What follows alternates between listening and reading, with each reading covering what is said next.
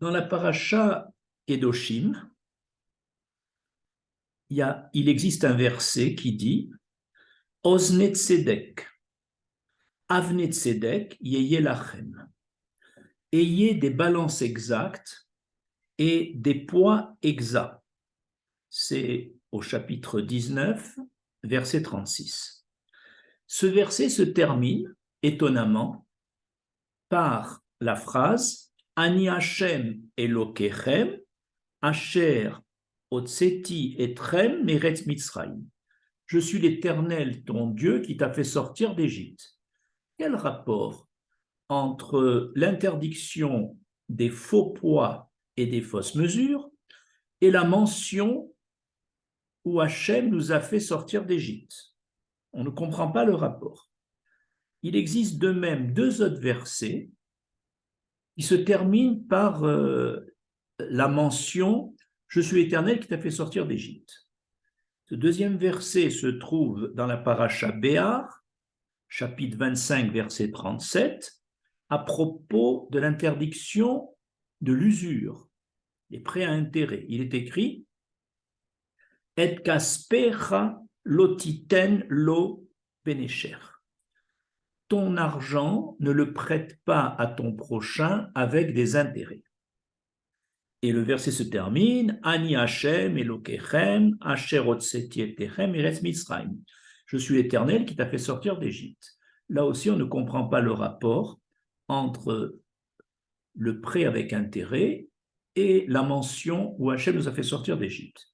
Une troisième fois dans la paracha Shelach Lecha, il est écrit au chapitre 15, verset 38, Verasulahem tzitzit al kanfe bidehem venatnu al tzitzit akanaf petil techelet. Donc vous confectionnerez des franges aux quatre coins de votre vêtement et vous y placerez des fils de couleur techelet, bleu azur.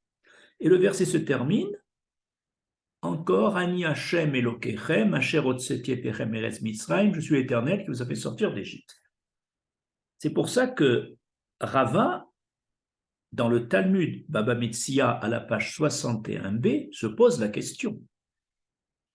Pourquoi la Torah a-t-elle mentionné la sortie d'Égypte à propos de ces trois commandements? Un, l'interdit d'avoir des faux poids et des fausses mesures. Deux, à propos de l'interdit de prêter son argent à intérêt. Et trois, avec les tzitzit. Et Rava, dans le Talmud, répond. Il répond ainsi.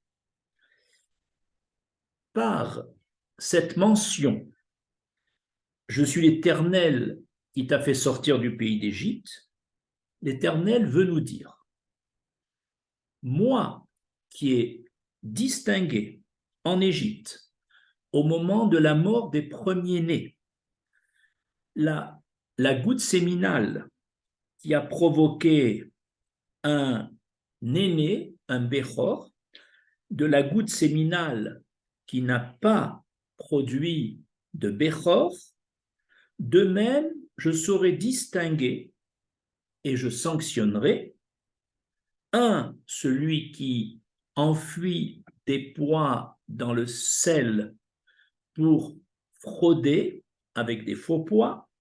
Deux, celui qui prête à intérêt son argent à un non-juif en prétendant que ce n'est pas son argent, mais l'argent d'un non-juif.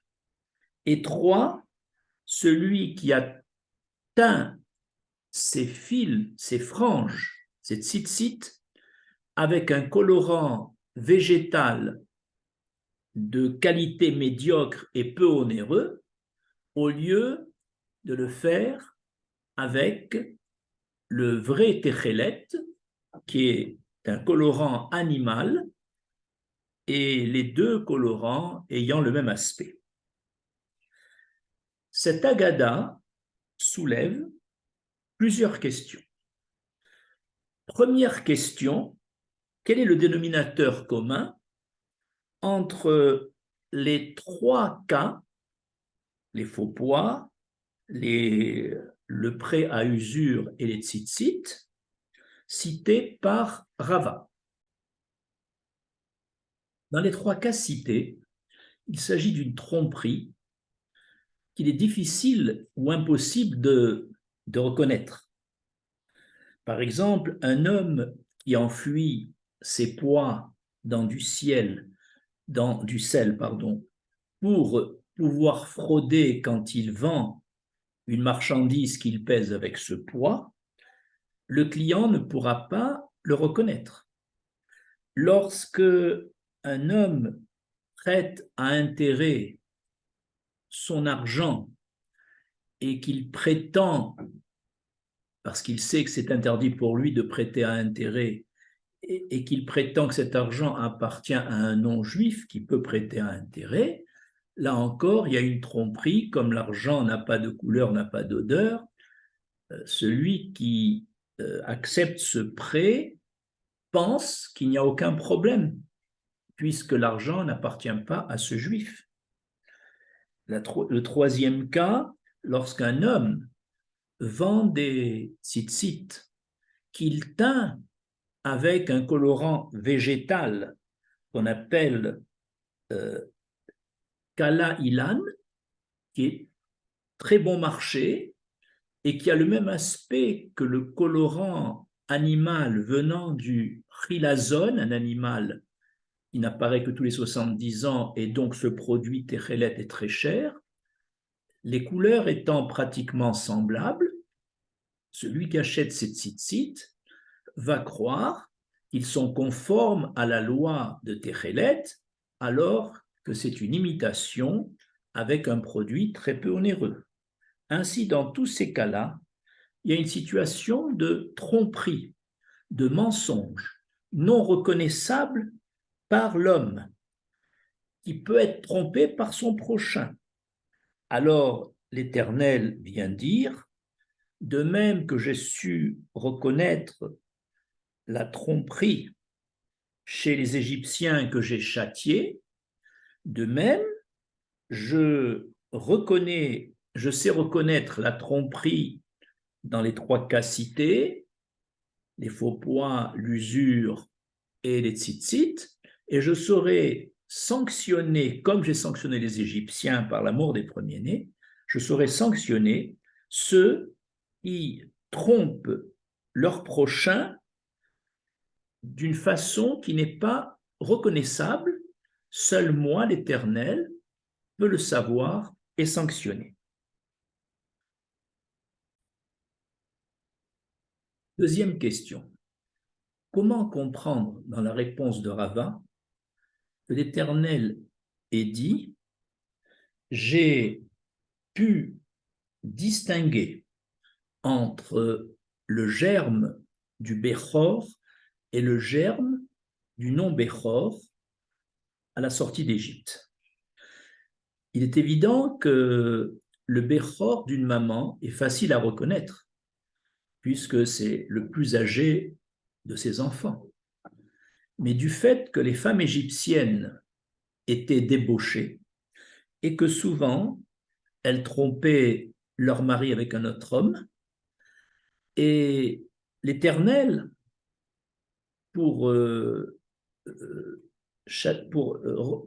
lorsqu'il a tué les nouveau-nés, il a tué et les nouveau-nés et les premiers-nés de la mère et les premiers-nés du père également. Par exemple, si une maman avait un troisième enfant, ce troisième enfant n'est évidemment pas son aîné à elle, mais il pouvait être l'aîné d'un homme qui a fait un acte d'adultère avec elle, et pour cet homme, c'était son premier-né. Cela est en allusion dans le verset de Téhilim 78 qui dit « Vayer kol bechor bemitzraim reshitono » L'Éternel frappa tout aîné en Égypte, kol bechor, tous, même reshit ono, même celui qui est prémisse de la vigueur du mari, ce qu'on appelle le Béchor de l'homme. Autrement dit, l'Éternel, le soir de la nuit du 14 au 15, lorsqu'il a tué tous les premiers-nés égyptiens, non seulement les aînés de la mère, mais aussi les aînés de chaque père. Et l'Éternel veut dire par là, de même que cette tromperie où un enfant qui est l'aîné du père, adultérin, s'est fait passer pour un enfant de la mère, de même que cette tromperie, moi l'Éternel, je l'ai révélée et je l'ai matérialisée par la mort de ces nouveau-nés, eh bien, moi l'Éternel, je révélerai et je châtierai les imposteurs au sujet des 3 commandements, des faux poids, des prêts à intérêt déguisé et du téchelet végétal qui passe pour du téchelet animal. Nous sommes à la 4e question. Comment peut-on comparer la sanction de tout un peuple et la sanction est infligée à un imposteur, un simple individu? La comparaison de Rava nous étonne. De même que l'Éternel a châtié le peuple égyptien pour avoir opprimé exagérément le peuple juif, il va châtier un individu qui a trompé un juif. Cette comparaison nous étonne. Ce n'est pas comparable. En fait, selon le sabbat de Clem, l'Éternel veut nous montrer ici que si un seul de ses enfants, un individu juif, est trompé et en subit une souffrance, c'est comme si, puisque chaque enfant juif est un monde en lui-même, c'est comme si tout le peuple juif souffre et est trompé. C'est pourquoi l'Éternel interviendra personnellement. Et de la même façon, lorsqu'un peuple opprime son peuple, ou lorsqu'un individu fait souffrir ou trompe un seul juif qui est son fils. Voici donc la raison pour laquelle Rava fait cette explication.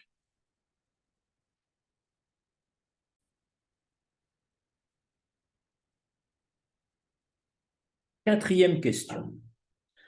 Quel enseignement Rava nous livre-t-il dans sa réponse en allusion?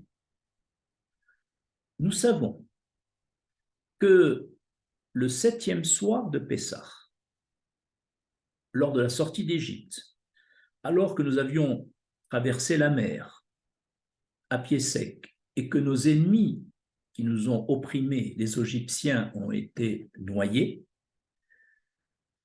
dans le ciel, on a voulu faire une louange pour la vengeance de nos ennemis morts. Et l'Éternel leur dit, comment pouvez-vous faire une louange alors que mes créatures souffrent et sont noyées? Et là, on apprend un bel enseignement de la Torah.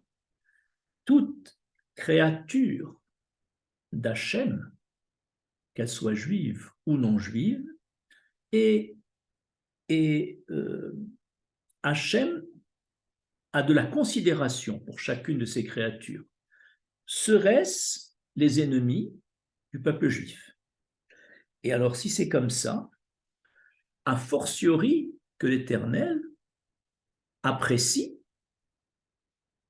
les enfants de son peuple élu, c'est-à-dire les bénis Israël. Ceci étant, nous voyons à quel point la souffrance d'une créature d'Hachem. C'est la souffrance d'Hachem, qui ne peut pas donc entendre un chant de louange, une shira, au moment où ces créatures, seraient-ce nos ennemis, sont noyées. Et ainsi, on comprend que si déjà Hachem souffre avec une des créatures qui souffre, et pourtant ces créatures ont mal agi, ont été impies, ne l'ont pas reconnu, a fortiori qu'Hachem souffre pour un juif qui souffre et qu'il est là pour le protéger. Cinquième et dernière question. Dans le Talmud de Baba Metzia cité au début de ce cours, Ravina explique pourquoi l'Éternel a-t-il mentionné également la sortie d'Égypte à propos de l'interdit de manger des sheratsim, c'est-à-dire des êtres rampants, qui était un interdit de la Torah. Et Ravina répond dans le Talmud Baba Metzia, c'est parce qu'Hachem voulait nous dire, de même que j'ai su séparer le germe du Bechor du germe du non-Bechor, je saurai distinguer celui qui trompe son prochain en lui vendant des entrailles de poisson, en mélangeant du poisson impur et du poisson pur. Et le juif qui en achèterait, dans cette pâte de poisson, ne saurait pas distinguer qu'à l'intérieur se trouvent des poissons impurs. Et ainsi, l'acheteur de ces entrailles mélangées va subir deux préjudices. Le premier, sur le plan spirituel, puisqu'il va manger, entre autres, des poissons impurs interdits. Et deuxièmement, sur le plan financier, puisque les deux poissons n'ont pas le même prix, et il a mangé donc, il a mangé un produit dont certes il s'est rassasié, mais qui n'a pas, mais dans ce cas, l'acheteur devra le rembourser. Ces deux préjudices. Il est intéressant de remarquer que dans l'enseignement de Ravina, le texte n'est pas « il vous est fait sortir d'Égypte », il y a écrit « qu'il vous est fait monter d'Égypte », contrairement aux trois autres de Rava, « qui vous est monté d'Égypte ». Et là, on pose la question, pourquoi ce changement ? Il vous a fait monter d'Égypte. Et là, le Rav Shmulevitch, dans le Sichot Moussar, répond parce que la sortie d'Égypte constitue une élévation spirituelle pour le peuple d'Israël, qui va vers Matan Torah, et dans cette élévation spirituelle, elle doit être accompagnée d'une élévation sur le plan de la nourriture. Je m'explique. De même qu'une viande endommagée ne nuit pas à la santé des animaux, mais nuit à la santé de l'homme, de même, des rampants ou une viande qui n'est pas cachère nuit au peuple d'Israël, à sa santé spirituelle, parce qu'il est en état d'élévation, mais ne nuit pas aux nations qui n'ont pas cette même préoccupation. Je vous remercie.